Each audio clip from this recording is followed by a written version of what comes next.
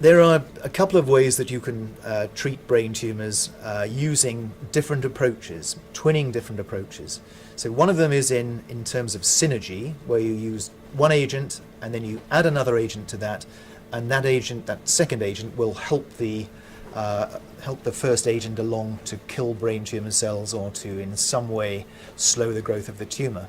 There's also an additive effect that can be given by using two drugs in harness, whereby giving one drug will kill a certain number of cells and then another agent will kill another population of cells. So you're adding to that overall cell kill by using two approaches.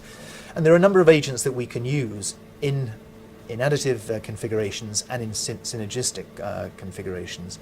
And some of those are very important to the different ways that the tumour will progress.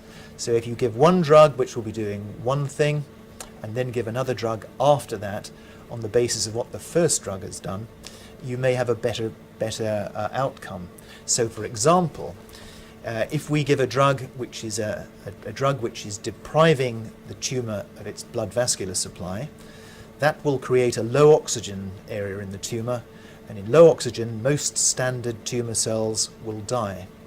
There are, however, certain cells which we call cancer stem cells in brain tumours, which are uniquely able to survive most of the treatments that we give the tumour at the moment.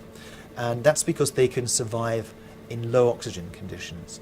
So having given what's called an anti-angiogenic therapy, a therapy which deprives the tumour of its blood vascular supply, those cancer stem cells will survive in that hypoxic, that low oxygen environment which has been created. Not only will they survive, but they can become activated.